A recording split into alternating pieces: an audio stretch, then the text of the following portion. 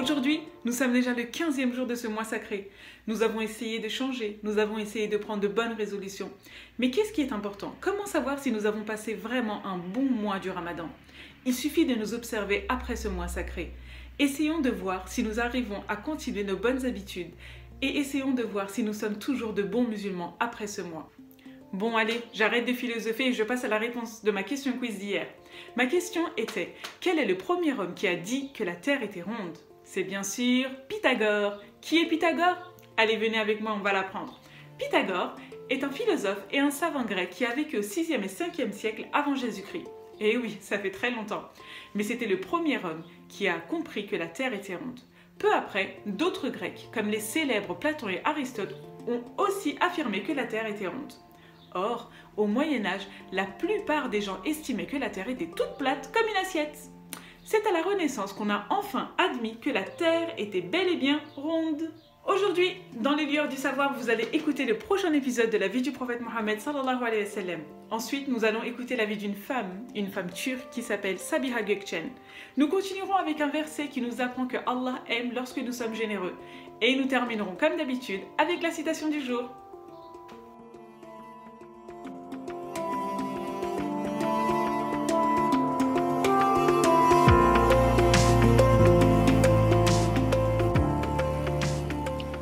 Comme vous le savez, notre prophète le bien-aimé n'a jamais menti de sa vie. Même dans ses plaisanteries, il n'y avait rien d'autre que la vérité. Voici un premier exemple. Un jour, une vieille dame vint le voir et demanda « Ô messager, peux-tu demander à Allah qu'il prenne cette vieille dans son paradis ?» Le prophète lui répondit en souriant qu'il n'y aurait pas de personnes âgées au paradis. La dame eut peur, puis il continue en la rassurant que les personnes âgées retourneront à leur jeunesse et que tout le monde aura le même âge, qui sera 33 ans. Voici un autre exemple, c'était un moment d'une bataille et notre prophète avait informé les musulmans de leur victoire. Mais ces derniers s'échappèrent de l'ennemi, alors notre prophète s'avança seul contre l'armée. Et en voyant le comportement de ces nobles personnes, tous les musulmans retournèrent se battre et gagnèrent la bataille. Enfin, un dernier exemple, c'était un jour où le prophète vit une maman appeler son fils en faisant semblant qu'elle allait lui donner quelque chose. Malheureusement, c'était un bon vieux comportement que nous faisions souvent à l'époque. Mais le prophète lui interromput en lui disant que si elle ne donnait pas la chose qu'elle lui avait promise, alors les anges lui inscriront un péché dans son livre. Même si cela nous cause des ennuis, le prophète insista sur le fait de ne jamais mentir, même aux enfants, et de préserver notre honneur en disant toujours la vérité. Comme vous le savez aussi, qu'en dehors pour la défense de la parole d'Allah, le prophète ne s'est jamais mis en colère, et c'est grâce à sa douce personnalité que les personnes aimaient le côtoyer. Un jour, il demanda aux compagnons qui était l'homme le plus fort.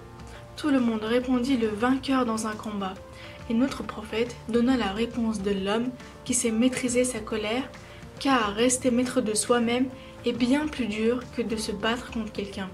Cela nécessite une forte volonté pour contrôler son sentiment. Ainsi, le bien-aimé nous a conseillé de dire « A'udhu billahi minash shaitanir rajim » signifiant « Je demande la protection d'Allah contre Shaitan le maudit ».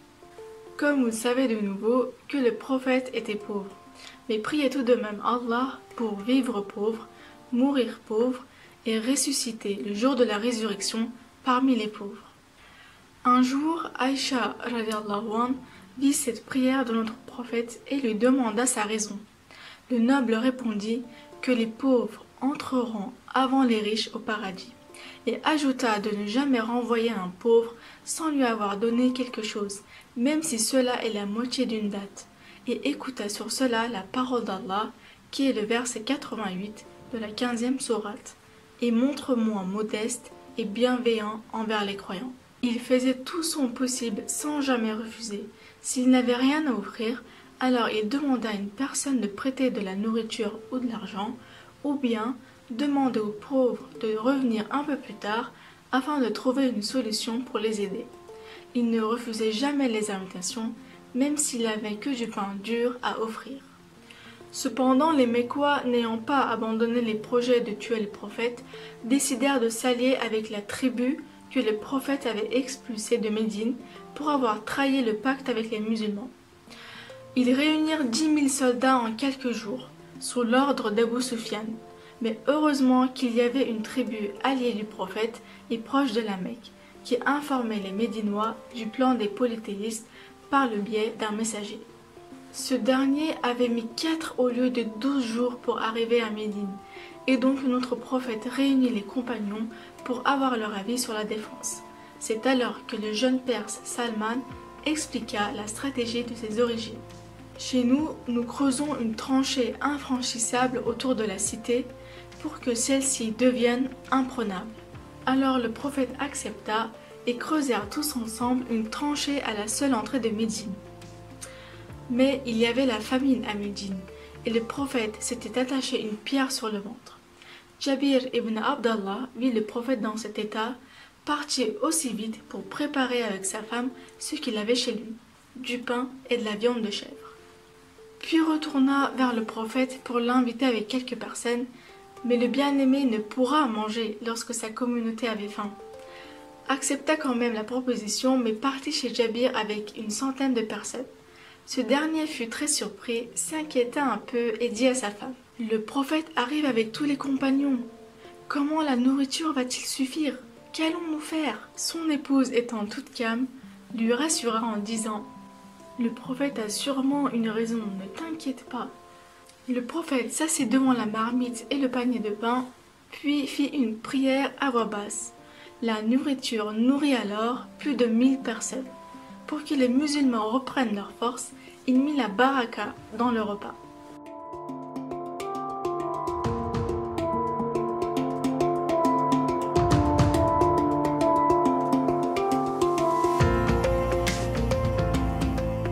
Aujourd'hui, nous allons illustrer le verset 92 de la 3e sourate. Vous n'atteindrez la foi véritable que lorsque vous dépenserez de ce que vous aimez, avec l'histoire d'une petite fille Ebrar et de sa copine Selma. Ebrar et Selma habitent dans la même avenue.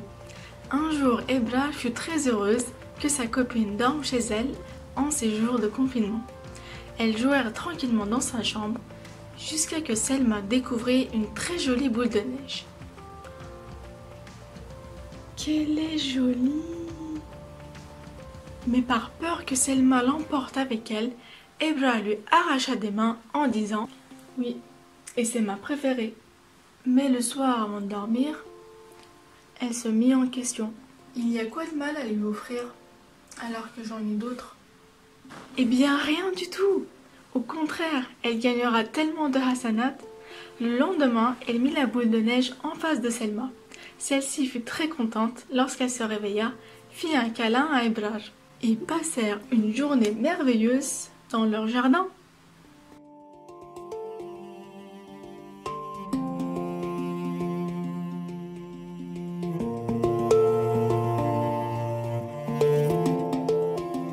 Le personnage célèbre d'aujourd'hui est Sabiha Gökçen. Alors Sabiha Gökçen est née en Turquie dans la ville de Bursa en 1913, mais malheureusement peu de temps après elle perd ses 2 parents pendant la Première Guerre mondiale. À 12 ans, elle rencontre Atatürk, le fondateur de la République de la Turquie, lors de sa visite à Bursa. L'histoire de la petite fille touche Atatürk et il décide de l'adopter comme il l'avait fait pour plusieurs autres enfants qu'il a rencontrés lors de ses voyages. En 1934, une loi obligeant à avoir un nom de famille était mise en place. La petite Sabiha faisait partie des enfants n'ayant pas de nom de famille. Sur ce, Atatürk lui donna le nom de Gökçen, qui signifie céleste appartenant au ciel. Il lui donna ce nom sans savoir qu'un jour elle deviendra pilote. Atatürk ouvra une école d'aviation qui s'appelle Türkçu, l'oiseau turc. Après l'inauguration, il propose à Sabiha de devenir parachutiste dans cette école en tant que première femme stagiaire. Et Sabiha accepta avec joie, mais ce qui l'intéressait était surtout de pouvoir piloter un avion. Elle commence ses études et pour compléter sa formation de pilote, elle sera envoyée en Union soviétique avec 8 autres personnes où elle sera la seule femme du groupe. En 1936, Atatürk lui propose de faire partie de l'académie de l'armée de l'air turque pour y suivre une formation au combat. Elle devient alors la première femme pilote de chasse au monde et la première femme turque pilote militaire. Elle apprend ainsi à piloter des bombardiers au sein du 1er régiment aérien dans la base de Başakşehir. En 1938, les pays balkaniques l'invitent à faire un tour des Balkans en avion. C'est lors de ce séjour qu'elle effectuera un vol de plus de 5 jours à bord d'un bombardier. Sabiha savait piloter différents avions comme l'avion bombardier léger de reconnaissance, le Breguet 19 qui se trouve à l'image 1 et 2, et le chasseur biplan Curtiss F-11C Cauchois qui se trouve à l'image 3. Et l'une de ces photos est prise avec Sabiha Gökçen. Des années passèrent et Sabiha devint entraîneur en chef dans l'école Turcocho où elle a été diplômée. Elle y restera jusqu'en 1955. Par la suite, elle deviendra membre du conseil exécutif de l'aviation turque. Sabiha vole autour du monde pendant plus de 28 ans jusqu'en 1964. Elle totalise plus de 10 000 heures de vol sur une quinzaine de types d'appareils. Elle ira aux États-Unis comme porte-parole des femmes turques modernes de la République. Sabiha a été désignée comme l'une des 20 pilotes les plus reconnus de l'histoire de l'aviation par les États-Unis. Les 19 autres nommés ne sont que des hommes. Elle est également la première femme à avoir piloté dans l'air plus de 8000 heures au total. Aujourd'hui, l'aéroport international à Istanbul porte son nom. Elle est une source d'inspiration pour de nombreuses femmes pilotes. Une médaille lui a été dédiée en 2002 par la Fédération aéronautique internationale, réservée aux femmes qui ont accompli les exploits remarquables dans les sports aériens.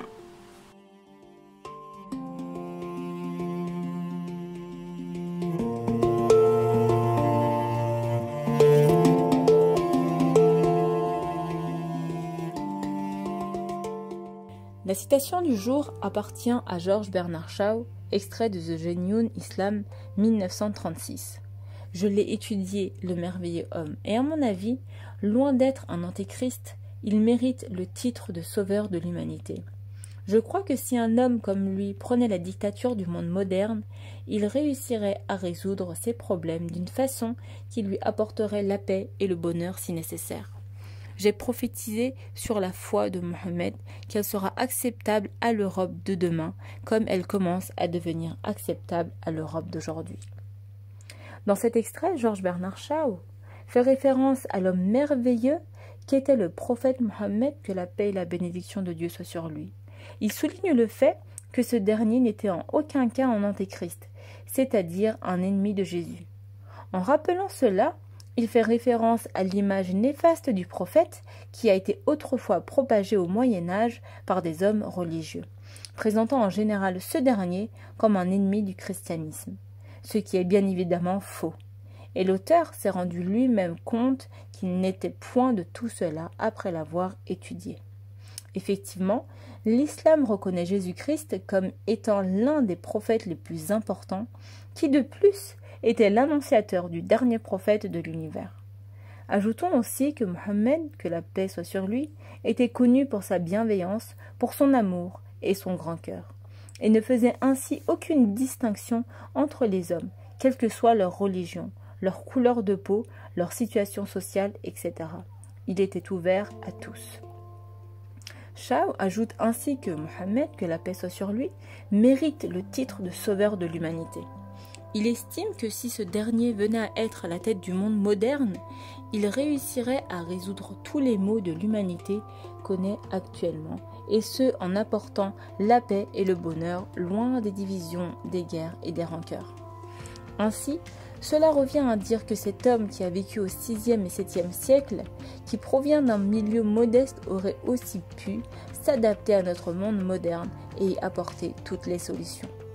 On constate que jusqu'à présent, tous les systèmes créés par l'homme ont tous montré leurs limites, tels que le féodalisme, le communisme, le capitalisme, le totalitarisme, alors que la religion professée par Mohammed est toujours là, intacte.